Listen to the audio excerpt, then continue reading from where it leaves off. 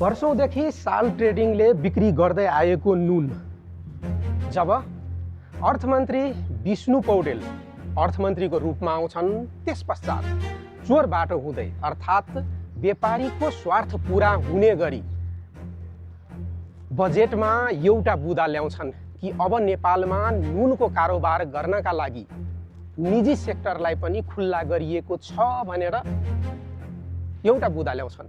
त्यसपश्चात media trial हुन्छ कि साल ट्रेडिङले बिक्री गर्दै आएको नुनमा आयोडिनको मात्रा धेरै भयो भनेर मिडिया ट्रायल हुन्छ। त्यही अनुसारका समाचारहरू पत्र पत्रिकामा आउँछन्। कुरा सिम्पल थियो।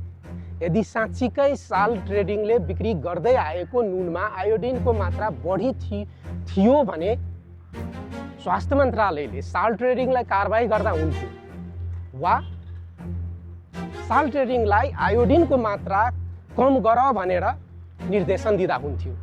तर स्वास्थ्य मन्त्री प्रदीप पौडेलले साल ट्रेडिङले बिक्री वितरण गर्दै आएको नुनमा आयोडिनको मात्रा बढी भयो भनेर भन्दाखेरि क्याबिनेटमा एउटा प्रस्ताव लान्छन् र त्यहाँबाट व्यापारीको स्वार्थ पूरा हुने गरी एउटा प्रस्ताव क्याबिनेटबाट पास हुन्छन्। हुन त नेपालमा राजनीतिक दल चलाउने नै व्यापारीहरू हुन्। आखिर यी सबका पछाडि को रहेका छन् त्यसको बारेमा हामी देखाउँदैछौँ।